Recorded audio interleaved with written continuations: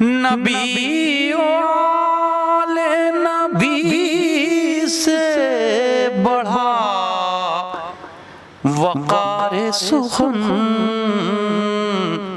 یہی سخن ہے حقیقت میں تاج دار سخن۔ بسم اللہ الرحمن الرحیم۔ شروع کرتا ہوں اللہ کا نام لے کے جو بڑا مہربان نہایت رحم کرنے والا ہے۔ تمام درود و سلام حضرت محمد مصطفیٰ صلی اللہ علیہ وآلہ وسلم اور ان کی آل پر۔ حسین تم نہیں رہے، تمہارا گھر نہیں رہا۔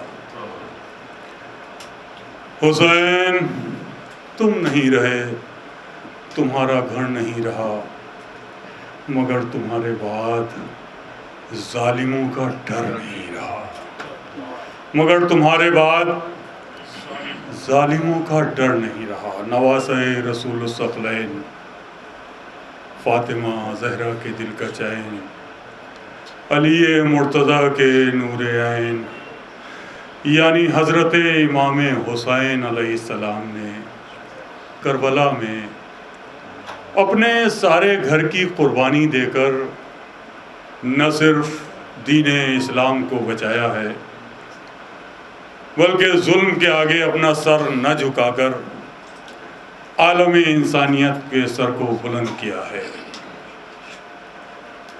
یہی وجہ ہے کہ ہر ذرے پر لکھی ہے تیری داستان حسین، ہر ذرے پر لکھی ہے تیری داستان حسین، ہر دل میں ہے بنا ہوا تیرا مقام حسین، ہر دل میں ہے بنا ہوا تیرا مقام حسین۔ امام حسین علیہ السلام کے ایام شہادت، یعنی یہ جو محرم اور صفر کے مہینے ہیں، یہ یقیناً امام کے ذکر کے حوالے سے جگہ جگہ فرش ازاں بچھایا جاتا ہے، امام کو یاد کیا جاتا ہے، ان کا ذکر کیا جاتا ہے، ان کو یاد کر کے سینہ زنی ہوتی ہے، لوگ گریا کرتے ہیں، جلوس ازاں برآمد کیے جاتے ہیں، مجلس ازاں منعقد کی جاتی ہیں۔ یہ میری آواز کچھ چینل کے ذریعے جہاں تک بھی جائے گی، وہاں تک مجھے صرف یہی پہنچانا ہے اور یہی کہنا ہے کہ یہ آج کا یہ پروگرام، آج کی یہ مجلس بھی اسی سلسلے کی ایک اہم کڑی ہے۔ پیام زینب کے عنوان سے حسنارہ ٹرسٹ گزشتہ کئی سالوں سے انڈیا انٹرنیشنل سینٹر و دیگر آڈیٹوریمس وغیرہ میں بھی یہ پروگرام کرتے چلا آیا ہے، لیکن گزشتہ سالوں سے جو حالات رہے، بہرحال کوشش کمال بھائی کی یہ ہے کہ ہمارے گھر میں بھی فرش ازاں بچھے اور یہ ذکر اس ذریعے ہم چینل کے ذریعے دور تک پہنچا سکیں۔ کئی اہم ترین شخصیات نظروں کے سامنے ہیں اور یہ فرش ازاں کہ بچھائیں فرش ازاں مجلس امام کریں، بچھائیں فرش ازاں مجلس امام کریں، یہ ایسا کام ہے ہم جس کو صبح و شام کریں، یہ ایسا کام ہے ہم جس کو صبح و شام کریں، ستم کے منہ پا تماچا ہے یہ عزاداری، ستم کے منہ پا تماچا ہے یہ عزاداری، پیام زینب بے کس ہے اس کو عام کریں، پیام زینب بے کس ہے اس کو عام کریں۔ آئیے اس مجلس کا آغاز، جیسا کہ میں نے پروردگار کے نام سے اس مجلس کا آغاز ہوا، اور اب ہم چاہتے ہیں کہ عامر رضا نقوی سے درخواست کریں کہ وہ تشریف لائیں اور اپنی خوبصورت آواز میں کوئی نغمہ پیش کریں، کوئی سلام پیش کریں۔ عامر رضا نقوی، آپ حضرات سے گزارش ہے بلند آواز میں نعرے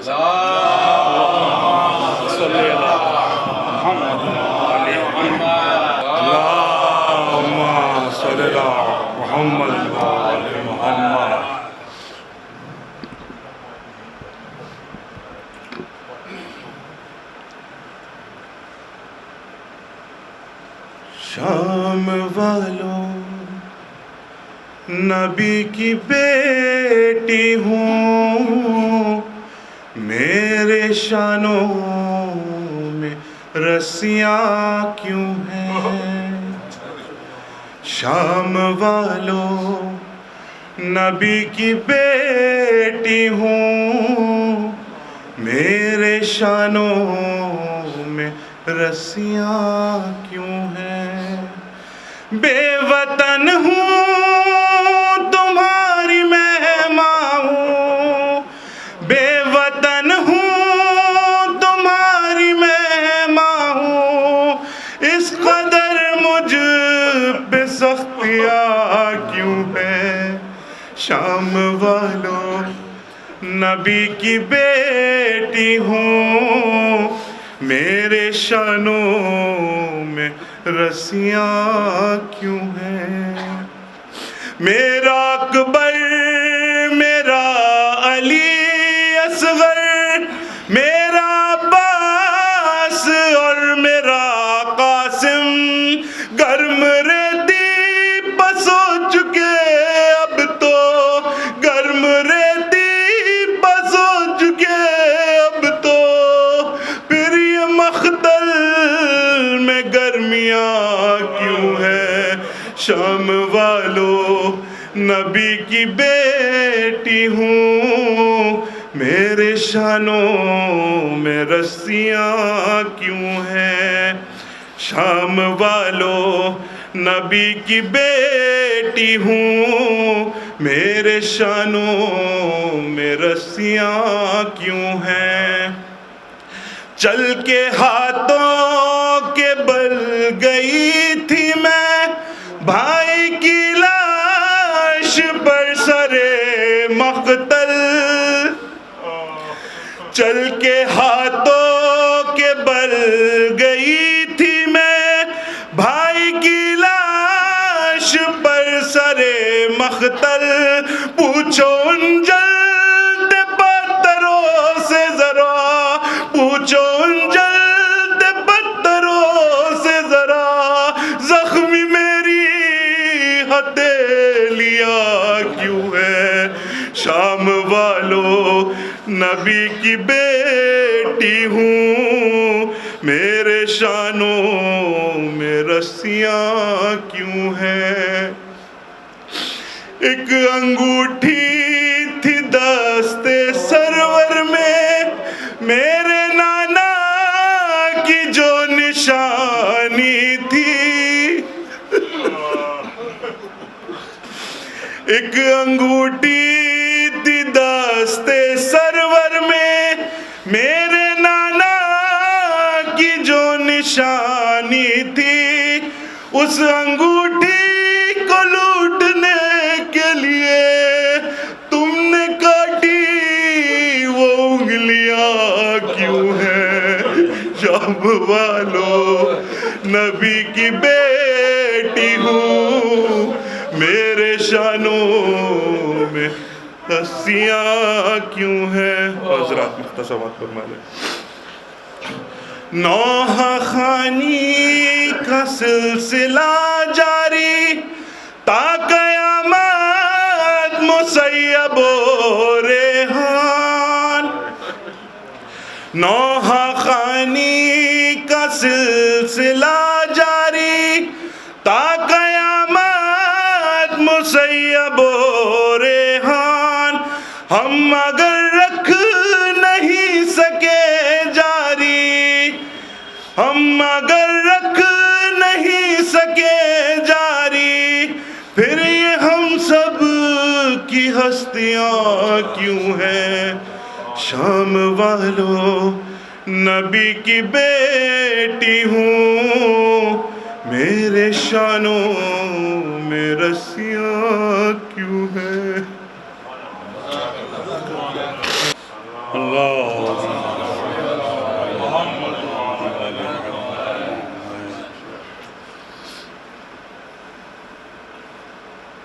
عامر رضا نقوی ابھی آپ سے مخاطب تھے، اپنی خوبصورت آواز میں پردرد نوحہ پیش کر رہے تھے۔ آج کی اس مجلس کو خطاب فرمائیں گے محترم سید ناصر علی رضوی صاحب۔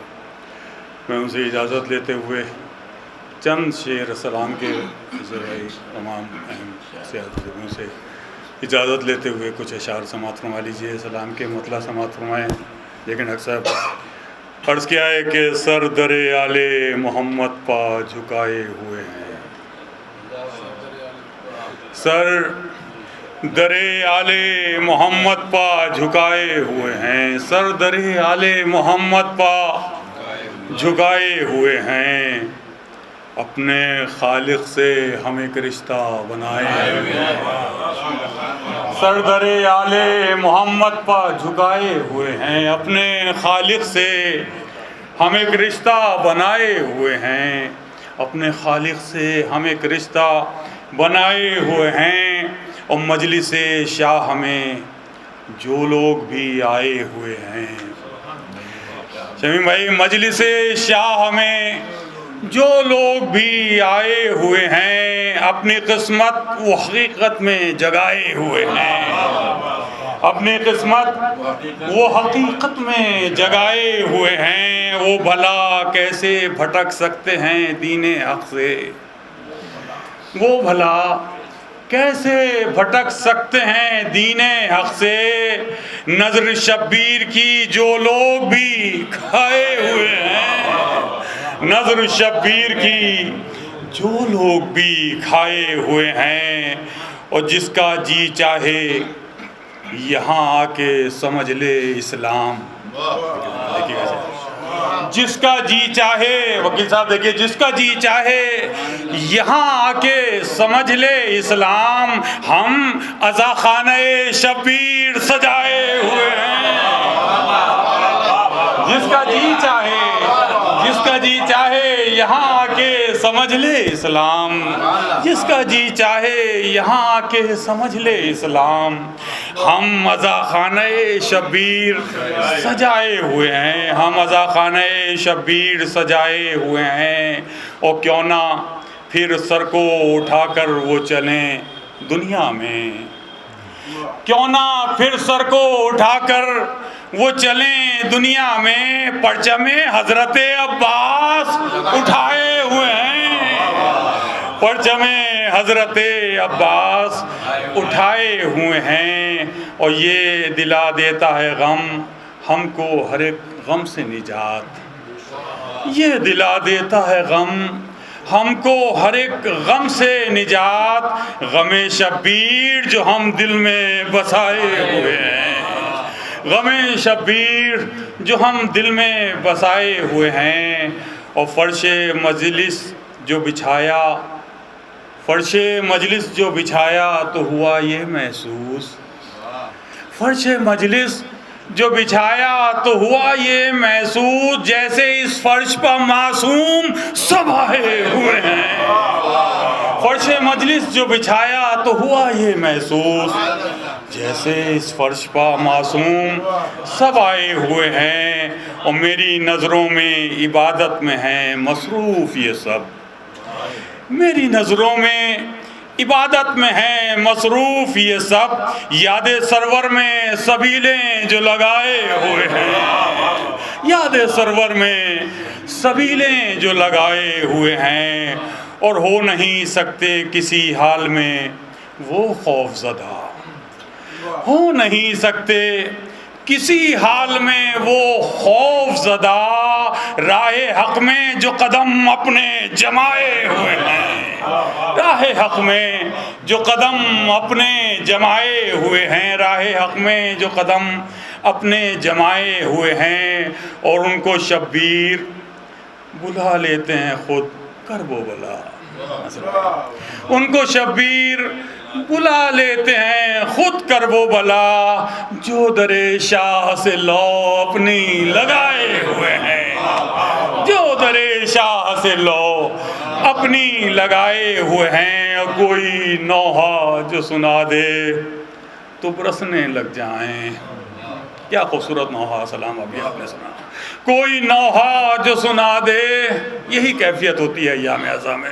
تمام مومنین کے دلوں کا حال شاید ان دو مصروں میں نے بیان کیا ہو کہ کوئی نوحہ جو سنا دے تو برسنے لگ جائیں. یہ میری آنکھ میں آنسو یوں ہی آئے ہوئے ہیں. یہ میری آنکھ میں آنسو یوں ہی آئے ہوئے ہیں، اور یہ بھٹکنے نہیں دے گا ہمیں ہرگز بھی سلیم، یہ بھٹکنے نہیں دے گا ہمیں ہرگز بھی سلیم، فرش مجلس کا جو ہم گھر میں بچھائے ہوئے ہیں، یہ بھٹکنے نہیں دے گا ہمیں ہرگز بھی سلیم، فرش مجلس کا جو ہم گھر میں بچھائے ہوئے ہیں، فرش مجلس کا جو ہم گھر میں بچھائے ہوئے ہیں۔ دو شعر کوشش کرتا ہوں اگر یاد آ جاتے ہیں، بھائی کا حکم ہے۔ ویسے تو میں چاہ رہا تھا کہ ایک بار بلند آواز میں نعرہ صلوات اللہم صلی علی محمد وآل محمد۔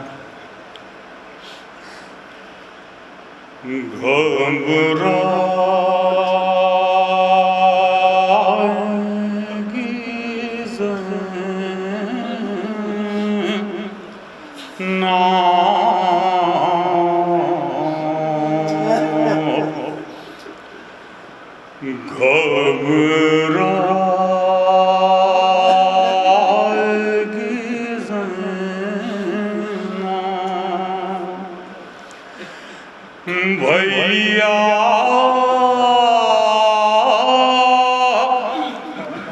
تمہیں گھر جا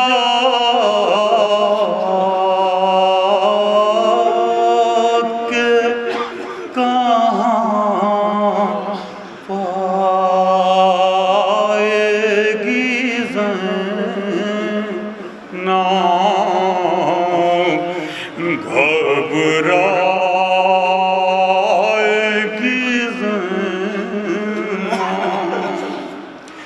کیسا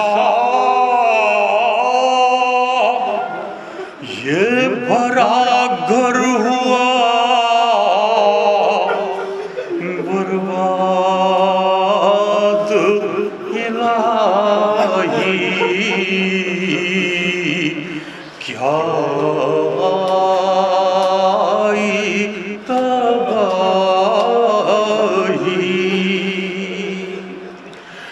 اب اس کو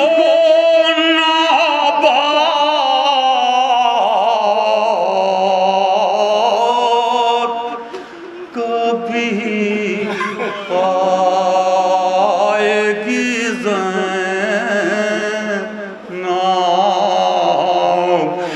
گھبرا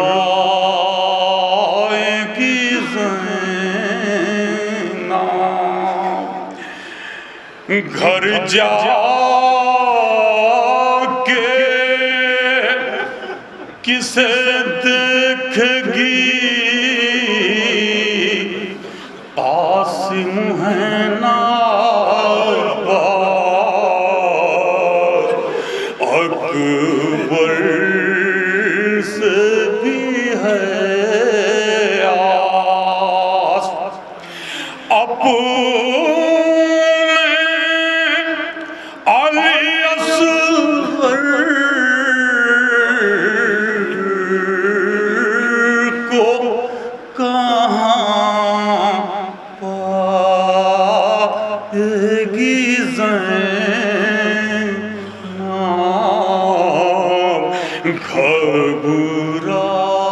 گھبرائے گی زینا، پوچھیں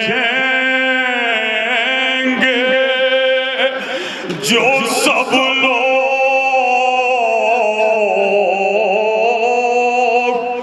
کہ بازو پا ہوا کیا،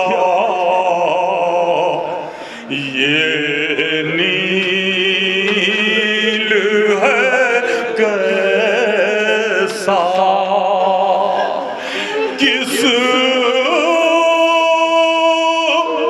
کس کو نشان رسی کے دکھلائے گی زینا،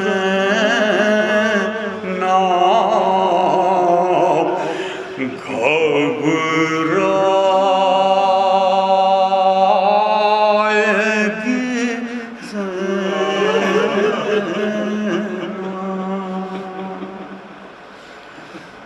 ایک بار بلند آواز میں نعرے صلوات پڑھ دیے ذرا، اللہم صلی علی محمد وعلی محمد۔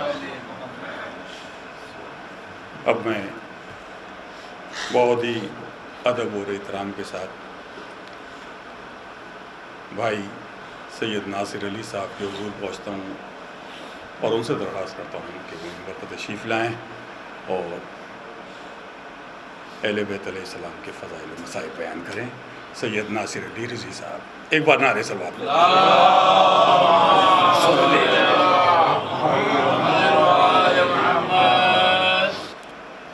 اعوذ باللہ من الشیطان اللعین الرجیم، بسم اللہ الرحمن الرحیم، الحمد للہ رب العالمین، والصلاة والسلام علی سید الانبیاء والمرسلین وآلہ الطیبین الطاہرین المعصومین المنتجبین، اما بعد فقد قال اللہ تعالی فی کتابہ مبین، بسم اللہ الرحمن الرحیم، وقل جاء الحق وزهق الباطل ان الباطل کان زہوقا۔ قرآن کریم میں رب العزت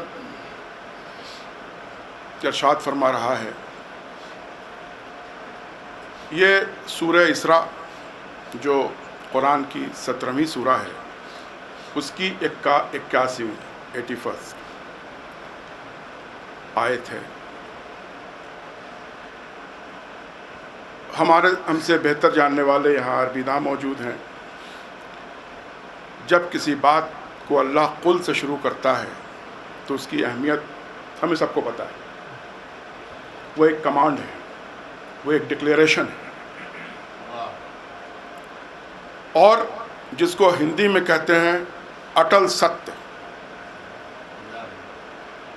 اور انگریزی میں ایبسلیوٹ ٹروتھ، جس میں کبھی کوئی تبدیلی نہیں ہو سکتی۔ یعنی یہ جو آیہ کریمہ ہے، اللہ رہتی دنیا تک اس بات کو باور کرا دینا چاہتا ہے کہ حق اور باطل ایک ساتھ نہیں ہو سکتے، اور اللہ نے اتنے واضح ترین طریقے سے اس آیہ کریمہ میں اس بات کا اعادہ کیا ہے کہ کسی کو کسی طرح کا کوئی سوال اٹھنا ہی نہیں چاہیے کہ وہ بھی حق پر ہو، یہ بھی حق پر ہو، وہ بھی ہو، سوال ہی نہیں۔ اس آیہ کریمہ میں اللہ نے وَقُلْ جَاءَ الْحَقُّ، حق جیسے ہی آیا، وَقُلْ جَاءَ الْحَقُّ، جیسے ہی حق آیا، وَزَهَقَ الْبَاطِلُ، باطل ویسے ہی بھاگا۔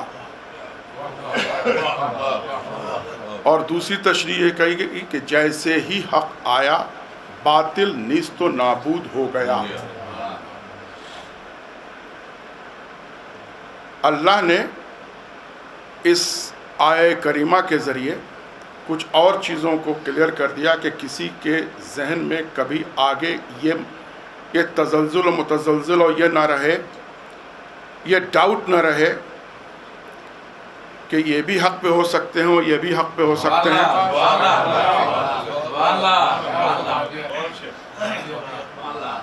تو آگے اور ایک طرح سے وہ جو الفاظ ہیں متنبع ہیں، تنبیہ کیا گیا ہے۔ ان الباطل کان زہوقا، باطل کو تو نیست و نابود ہونا ہی تھا،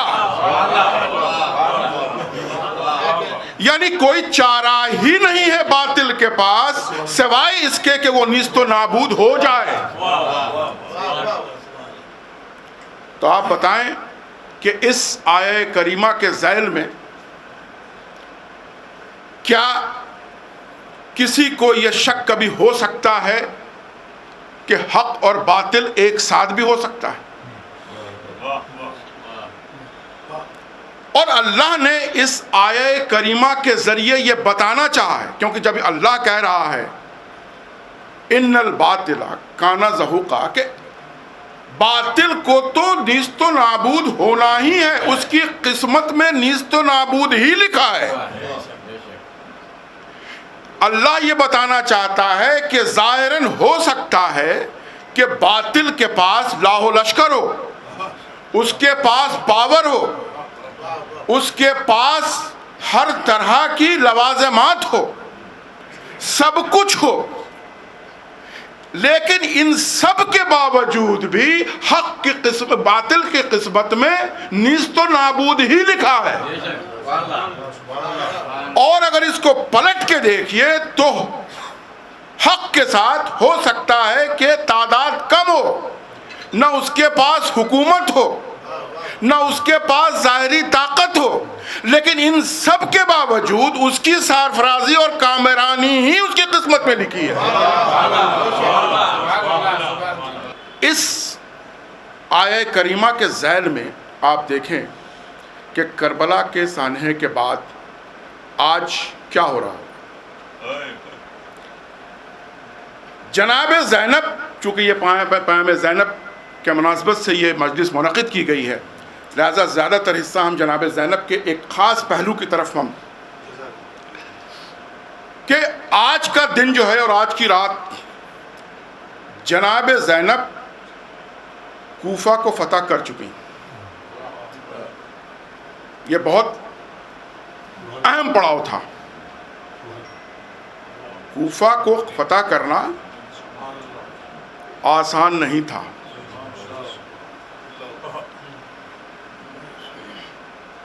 ریونڈ عثمان ایک اسلامک ہسٹورین، بڑا اگر آپ دیکھیں بھی گوگلز پہ بھی دیکھیں تو ایک بڑا نام ہے، اور اس نے اپنی کتاب میں، ہم چونکہ آج کے مناسبت سے پڑھ رہے ہیں کہ شاید آج کے 1-2 دن پہلے ہی یہ ہوئی تھی، کیونکہ کربلا معلیٰ کے واقعات کے 4-5 دن کے بعد وہ کوفہ میں آئیں اور اس کے بعد پھر 2-3 دن کے بعد وہاں سے آگے بڑھے، تو میں اسی مناسبت سے میں کہہ رہا ہوں کہ ریونڈ عثمان اپنی کتاب میں لکھتا ہے women personalities in Quran and سنہ، جو روٹل جیل یونیورسٹی سے کتاب چھپی، اس میں ایک بات اس نے لکھی ہے جناب زینب کے حوالے سے، کہ انگریزی میں کتاب ہے یہ، وہ کہتا ہے، پہلے میں انگریزی کا حصہ بتا دوں تاکہ اس کے بعد پھر میں اس کو، کہ وہ کہنا جس لینگویج میں اسے لکھا ہے اس کے تاثرات ہیں۔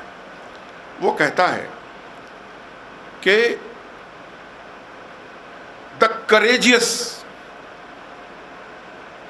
lady was pivotal in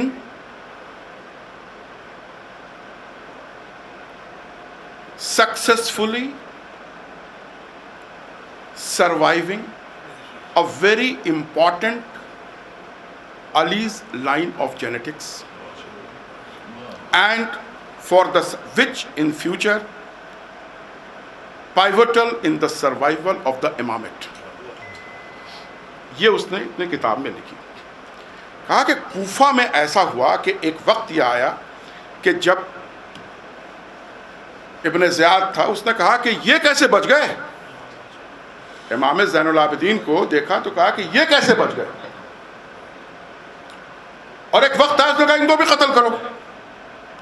جیسے ہی اس نے کہا کہ یہ قتل کرو امام جناب زینب، اب آپ دیکھیں کہ جو رسیوں میں بندھی، سر پہ چادر نہیں، کس حالات میں، لیکن اب اس وقت جو ان کی اپنی قائدانہ صلاحیت تھی، ان کو پتا تھا کہ اب ہمیں کیا کرنا ہے، وہ کہتا ہے کہ کود کے آگے آئیں، یہ لفظی لکھا ہے، جب کود کے آگے آئیں اور کہا کہ اگر ان کو مارنا ہے تو اس کے پہلے تم کو مجھے مارنا ہوگا، اور کہا کہ ان کے لہجے میں اتنی زیادہ طاقت تھی کہ وہ جو مجمع تھا کفاروں کا مجمع تھا، وہ دہل گیا، اور اس نے یہ ارادہ ترک کیا۔ اسی کی طرف ریونڈ عثمان اپنے کتاب میں لکھتا ہے کہ یہ ایک ایسا کارنامہ تھا جس نے حضرت علی کے ایک لائن آف جینیٹکس کو بچا لیا، جو کہ آگے سلسلہ امامت بننی تھی. تو جناب زینب کا اس نے کہا کہ جناب زینب کا یہ کارنامہ جو تھا وہ اس نے یہی لکھا ہے کہ ڈیووشنل اینڈ پولیٹیکل, روحانی اور پولیٹیکل سیاسی حیثیت سے بھی یہ ایک ایسا کارنامہ تھا جناب زینب کا جس کے لیے رہتی دنیا تک مسلمان بالعموم اور شیعان علی بالخصوص جناب زینب کے قرضدار رہیں گے.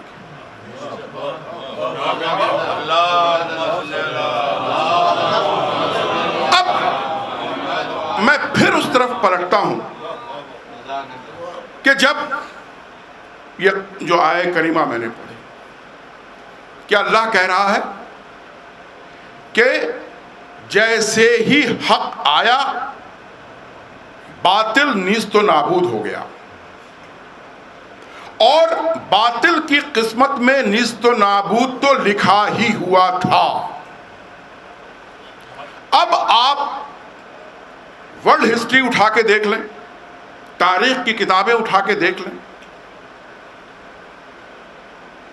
باطل قوتیں اپنے وقت کی بہت ہی مضبوط قوتیں تھیں. ان کے جو بادشاہت تھی, جو سامراجیہ تھا, وہ اس وقت کا سب سے بڑا سامراجیہ تھا اگر ہم اس کو ہندی میں استعمال کریں. اور بظاہر ان کے پاس وہ ساری چیزیں موجود تھیں جو ان کو دنیاوی حیثیت سے ایک کامیاب بنا سکتی تھی. لیکن ہوا کیا؟ کہاں ہے فرعون, کہاں ہے نمرود, کہاں ہے شداد, کہاں ہے یزید؟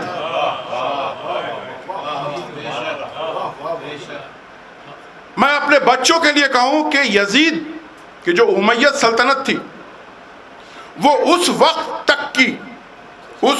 تک کی ہیومن ہسٹری کی سب سے بڑا ان کی حکومت تھی. آپ جانتے ہیں کہ ان کے کتنے حصے پر حکومت تھی؟ آپ پڑھ لیں گوگل میں جا کر, امیہ ڈائنسٹی لکھیے گا اور لکھیے گا کہ صاحب ان کی حکومت کے 1,11,00,000 اسکوائر کلومیٹر, 1,11,00,000 اسکوائر کلومیٹر کے حصے پر وہ قابض تھا. جتنے جہاں لوگ رہتے ہیں اس کے 2/3 حصہ دنیا کا. کہتے ہیں اتنی بڑی سلطنت تو ہیبیٹڈ لینڈ پہ ایون برٹشرز کی نہیں تھی. اتنا بڑا, اور اس کو چیلنج کون کر رہا ہے؟ مشکل سے 100 لوگ, جس میں کچھ بوڑھے ہیں, کچھ بچے ہیں, کچھ جوان ہیں, کچھ عورتیں. اب آپ یہ بتائیں کہ جو حکومت 1,11,00,000 اسکوائر کلومیٹر پر قابض تھی, لاکھوں کی تعداد میں جس کی فوج تھی, اور اساسے ریسورسز تو اتنے تھے کہ سب سے زیادہ جو ویلدیسٹ امپرر رہے ہیں وہ رہے ہیں. ایک طرف یہ تھی اور ایک طرف یہ ایک چھوٹی سی جماعت تھی. کسی بھی طرح سے دونوں کا کوئی مقابلہ نہیں تھا. اس سورہ اسراء کی اس 81 نمبر کی جو آیت ہے, اس کی اگر سب سے بہترین تشریح اگر ہو سکتی ہے تو وہ کربلا کے میدان میں. دنیا کا کوئی انسان یہ نہیں کہہ سکتا کہ یہ they have no chance. یہ 100 یا 72 لوگ they have got no chance to succeed. کس طرح سے ہو سکتا ہے؟ لیکن اتنے پاورفل امپرر ہونے کے باوجود, جس کی حکومت 2/3 حصے پر قابض تھی, نہ وہ حق کو مٹا سکا نہ خود کو بچا سکا.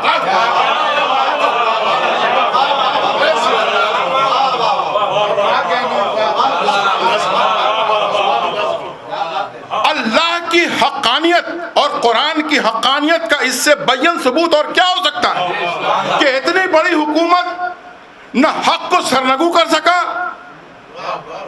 نہ خود کو بچا سکا. اور ہوا کیا؟ کربلا کیوں عظیم المثال ہے؟ میں کیوں کہہ رہا ہوں کہ قرآن کے اس آیت کی روشنی میں سب سے بڑا ثبوت کربلا ہے؟ کیونکہ باطل نے ہر ہتھ کنڈے اپنائے حق کو سرنگو کرنے کے لیے. دنیا کے جتنے ہتھ کنڈے ہو سکتے تھے، وقت کی کمی ہے، جتنے ہتھ کنڈے، جیسے ہم علامتی طور پر پڑھیں گے، سمبولک طور پر پڑھیں گے کہ جتنے ہتھ کنڈے ہو سکتے تھے باطل کے پاس، وہ حق کے خلاف اس نے استعمال کر لیے. اس نے سوچا کہ حق کے سینے پر برچھی مار دی جائے. حق نے سجدہ شکر ادا کیا. باطل نے سوچا کہ ایک ننھے سے گلے پر سے شعبہ تیر چلا دیا جائے. حق نے ان کے اس گستاخانہ حالات کو ہنسی میں اڑا دیا. جب سجدے میں دیکھا باطل پھر پلٹا، اس نے سوچا یہ سر کاٹ دیا جائے. باطل نے حق کا سر کاٹ دیا، لیکن وہی سر نو کے نظر پر کھڑا ہو کے پھر اللہ کی وحدانیت کا ہر جگہ پہ کربلا نے باطل کو کس کس طرح سے شکست دی. پھر اس نے سوچا اب تو یہ بھی ہو گیا، اب حق کو زنجیروں میں جکڑ دیا جائے، حق کے سر سے چادریں چھین لی جائیں. یہ سب نفوس یہ حق کے پاسدار تھے، حق کا پرچم لیے ہوئے تھے. جو ان پر ظلم ہو رہا تھا وہ اصلاً وہ حق پر تھا، حق پر ظلم ہو رہا تھا. تو جب اس نے سوچا کہ اب حق کو رسیوں میں باندھ دیا جائے، توق و زنجیر اور سلاسل میں باندھ دیا جائے، ان کے ہمت کو توڑ دیا جائے. لیکن ہوا کیا؟ آج دنیا نے دیکھا، شاید آج ہی کا دن ہوگا یا کہ کس طرح سے یہ حق جو زنجیروں اور بیڑیوں میں جکڑا ہوا تھا، رسیوں میں جکڑا ہوا تھا، کس طرح سے اس نے باطل کی آنکھوں میں آنکھ ڈال کر کے اس کو شکست فاس دیا. تو کربلا اس لیے منفرد ہے، کربلا اس لیے عظیم المثال ہے کہ جتنے بھی حربے باطل استعمال کر سکتا تھا حق کو جھکانے کے لیے، وہ سارے کے سارے حربے استعمال کیے گئے. لیکن چونکہ اللہ کا وعدہ ہے کہ حق آئے گا، باطل نیست و نابود ہوگا. اور یہی ہوا.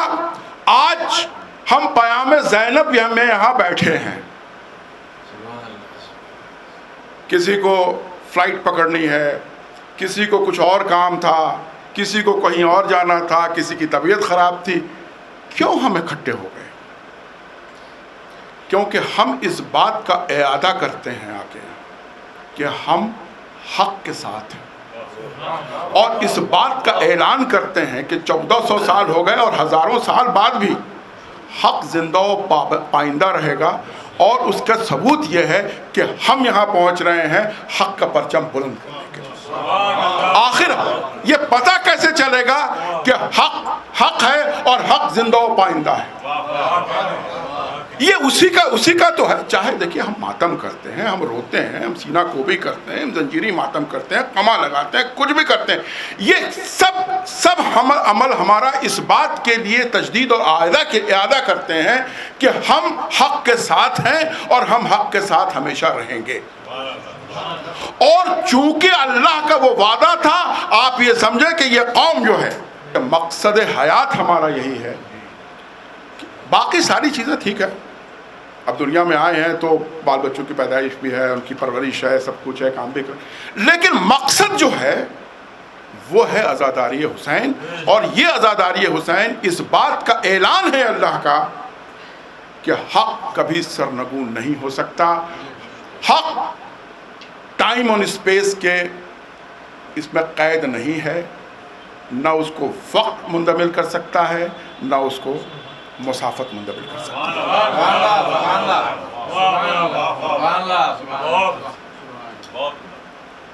یہاں فزکس کے اسٹوڈنٹ موجود ہوں گے، E=mc² کا جو رول ہے وہ یہی ہے کہ ساری چیزیں فنا اس لیے ہوتی ہیں کیونکہ وہ وقت اور قید میں مقید ہوتی ہیں، لیکن وقت اور قید میں جو چیز مقید نہیں ہو سکتی وہ فنا نہیں ہو سکتی، وہ لافانی ہے۔ عزاداری E=mc² سے اوپر کی چیز ہے، لافانی ہے وہ، جو کہ نہ اسے وقت قید کر سکتا ہے نہ اسے مسافت تک۔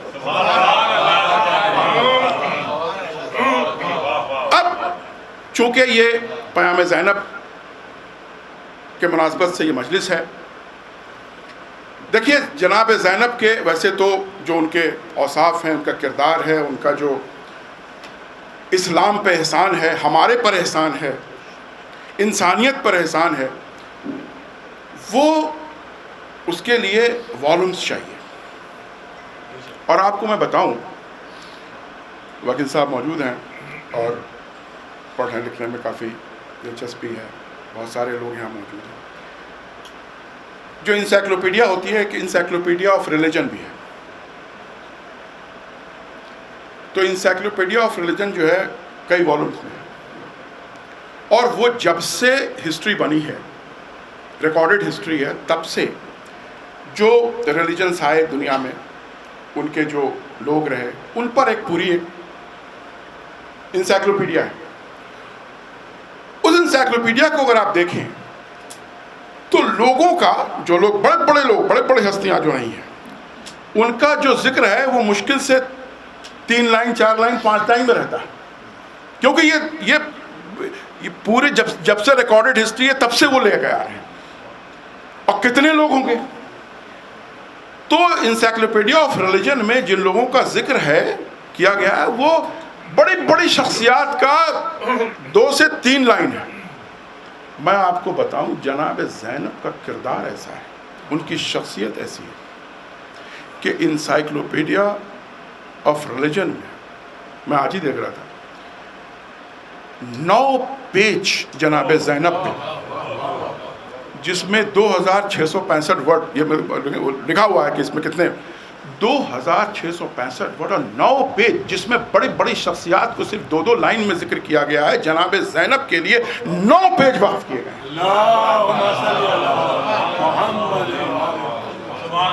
دیکھیے ہزاروں سال کی اگر کوئی ہسٹری لکھ رہا ہے، اس میں اگر کسی شخصیت کے لیے 9 پیج لکھ رہا ہے تو آپ سمجھ سکتے ہیں، مطلب جناب مریم وغیرہ کا بھی ذکر بڑا فلیٹنگلی ہے۔ تو جناب زینب کا وقار، نیوٹرل ہسٹورینز، دیکھیں ہم تو جذبات ہمارے آ سکتے ہیں، آپ کہہ سکتے ہیں جذبات کے طور پہ، لیکن ایک ٹیم آف رائٹرز ہے، اس کو کیا جذبات ہے؟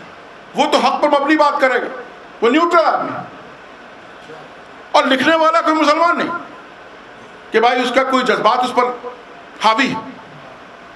تو جناب زینب کو یوں ہی نہیں ہم ان کے وقار کے تائید کرتے ہیں، وہ لائق ہیں اس کے۔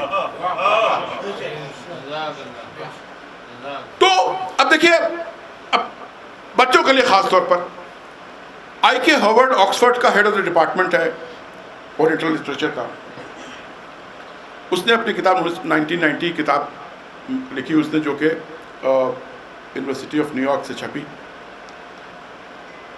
اس میں ایک اقتباس لکھا اس نے جناب زینب نے۔ بہرحال ان کی جو منقبت ہے، مطلب جو ان کا وہ ہے، وہ تو ایک الگ ہے۔ ایک چیز لکھتے ہیں جو کہ ہم لوگ کو کم پتہ ہے، میں اسی لیے چونکہ وقت بھی کم ہے ہمارے پاس تو ہم جلدی کر رہے ہیں۔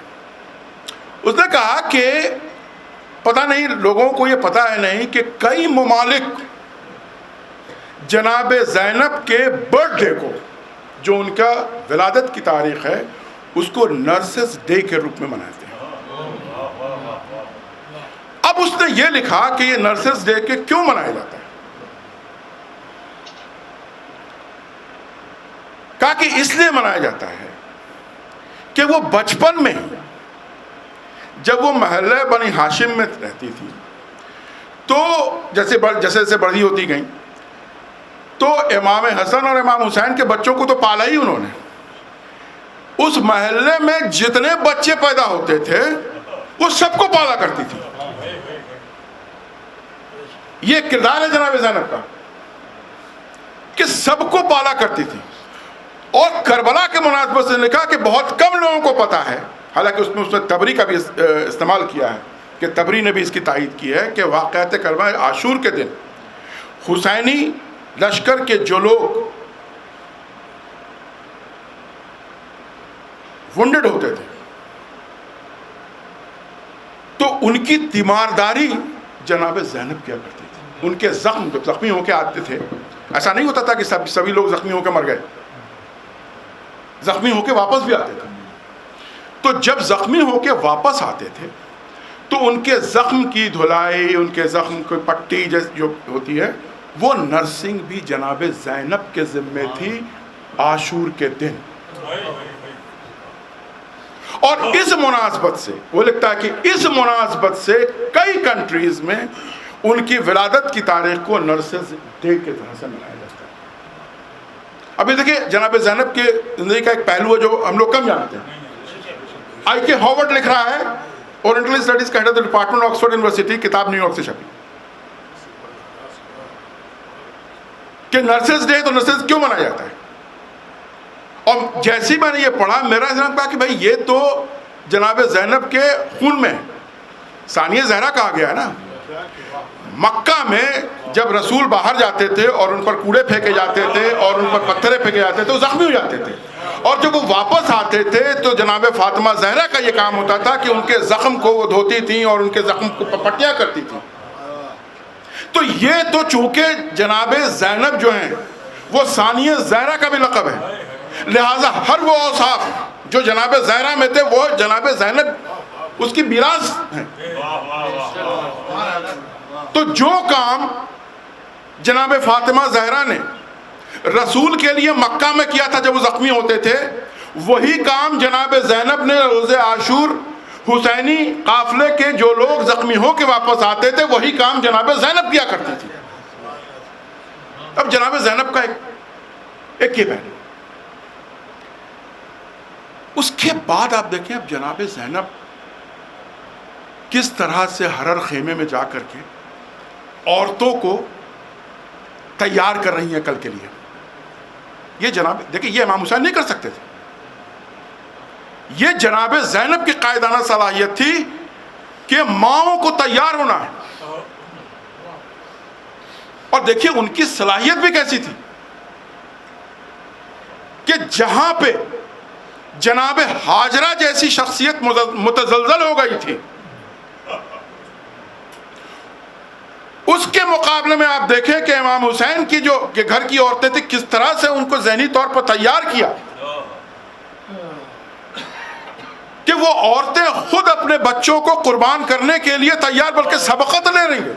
یہ جناب زینب کی قائدانہ صلاحیت تھی کہ کس طرح سے انہوں نے کنونس کیا ان عورتوں کو جو اپنے گود کے پالوں کو بھی امام حسین پر قربان کرنے کے لیے جن دل و جان سے تیار ہو گئیں. یہ جناب زینب کی ایک صلاحیت دیکھیں آپ. جہاں پیغمبر اپنی زوجہ کو نہیں کنونس کر پائے تھے, ان کی مرتبہ اپنی جگہ پہ, یہ تو قرآن ہے. ایسے حالت میں ہم کہیں جناب زینب کی صلاحیت دیکھیں آپ کس طرح سے انہوں نے کنونس کیا کہ اس کے بعد تو عورتیں جو ہیں وہ سب اپنے بچوں کو تیار کر رہی ہیں کہ دیکھو کل ایسا نہ کوئی سبقت میں تم پیچھے ہٹ جاؤ. اب آپ دیکھیں یہ سب جناب زینب کے مشورے چل رہے ہیں. میں اسی لیے آج صرف آج کی رات اور کل کی رات کا ہی. اب دیکھیں جناب زینب کا ایک اور فیصلہ. دیکھیں یہ بہت ساری کتابیں موجود ہیں, میں کوئی اپنے طرف سے نہیں پڑھ رہا ہوں, کہ صبح کی اذان جناب علی اکبر دیں گے, یہ فیصلہ جناب زینب کا. اب آپ جناب زینب کا دور اندیشی دیکھیں کہ جناب علی اکبر اذان دیں گے, لہجہ نبی ہوگا, چہرہ نبی ہوگا, وہی اذان کا طریقہ ہوگا.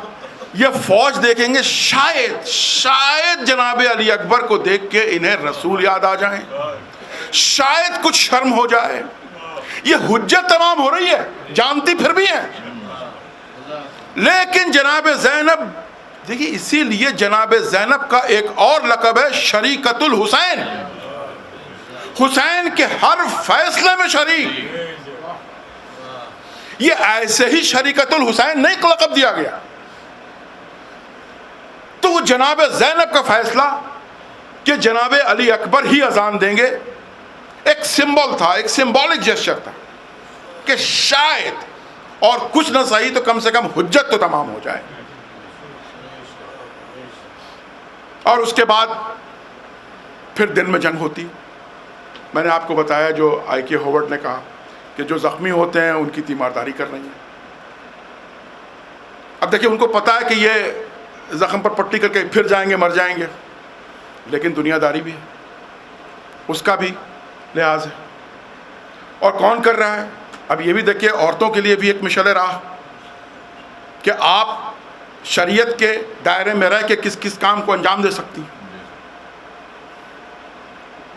اور اس بات کو کئی حکومت, جو مسلم حکومت نہیں, انہوں نے اس بات کو سمجھا اور نرسز ڈے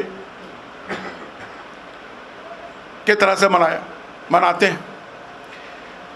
اب آپ دیکھیں کہ اب چونکہ شریکت الحسین تو ہی ہے, لیکن اب حسین کے بعد ان کو اس کارواں کا میر کارواں بھی بننا ہے. تو اب دیکھیں کہ ہوا ہوتا تھا کیا کہ جب جنگ چل رہی ہوتی تھی, ایک ٹیلا تھا, امام حسین اس ٹیلے پر کھڑے ہوتے تھے. اسی کے تھوڑے دور پر ٹیلا تھا جو کہ عمر ابن سعد کا تھا, چونکہ وہ ادھر کا کمانڈر تھا. امام حسین دیکھا کرتے تھے کہ کیسے جنگ ہو رہی ہے, کیا ہو رہا ہے. اب دیکھیے جیسے ہی امام حسین گئے ہیں, اب اس ٹیلے پر اب جناب زینب آ گئی, اور جس کو ٹیلہ زینبیہ کہا جاتا ہے. وہ اصل میں وہ امام حسین کا ٹیلا تھا جہاں سے وہ دیکھا کرتے تھے. لیکن جو کام امام حسین کا تھا, جیسے ہی وہ مقتل کی طرف گئے ہیں ویسے ہی اب جناب زینب ٹیلے پہ ہیں. اب آپ دیکھیں ٹیلے پہ ہیں, وہ کبھی بچوں کی خبر لے رہی ہیں, پھر وہ دیکھ رہی ہیں, پھر ایک آپ سمجھ سکتے ہیں کہ ایک عورت جو کہ اب تک پردوں کے اندر جتنی شریعت اجازت دے سکتی تھی اتنا ہی, لیکن جب ان پر مصیبت آ گئی اور جب وقت آ پڑا تو پھر ایک عورت کا کردار کیا ہوگا, یہ رہتی دنیا کے لیے ایک مشعل راہ بنایا جناب زینب نے کہ اس وقت منہ چھپا کے بیٹھنا نہیں ہے, پھر آپ کو شریک ہونا ہے اس میں. اور پھر سب کو پتا کہ جیسے ہی جب امام حسین شہید ہوئے, جب زمین کربلا ہلنے لگی تو دوڑ کے آئی ہیں, پھر جناب سجاد کو جگایا ہے. اچھا دیکھیے جناب زینب, انہیں یہ پتا امامت کی منزل کیا ہے اور میری منزل کیا ہے. امام میں وقت ہے, کئی جگہ پر ہم مشورہ بھی دیں گے, کئی جگہ پر ہماری قائدانہ صلاحیت بھی آگے آئے گی, لیکن امام ہے. لہٰذا کیا ہوا تھا جب امام حسین جب جناب زینب سے کہہ رہے ہیں کہ کل یہ ہوگا یہ ہوگا یہ ہوگا, اور ابھی پسر سعد نے کہا ہے کہ ابھی بھی آپ جو ہے مصالحت کر لیں, بیعت کر لیں, تو یہ ساری چیزیں, تو جناب زینب نے کیا کہا ہے کہ زینب کے دل کی تھا امام زمان نہ لیں, میں آپ کی بہن ہوں, میرا امتحان نہ لیں. تو اب امامت, اب دیکھیے جب آگ لگی خیموں میں, تو اب جب آگ لگی ہے تو اب معاملہ شریعت کا ہے. اب جناب زینب خود فیصلہ نہیں کر رہی ہے, اہل ہیں فیصلہ لینے کے, لیکن یہ بھی دکھانا ہے امام کون ہے. دوڑتی ہوئی گئیں امام زین العابدین کے پاس شانہ الہ کہ کیا کرنا ہے. اور جب امام نے کہا کہ بھائی جان بچانا, آگ لگ گئی. ڈیوڈ پکلٹ اس نے اپنی بہت ہی شور و اشفاق کتاب ہے اس کی کہ the women in the medieval Islamic history, power, protagonist and pity.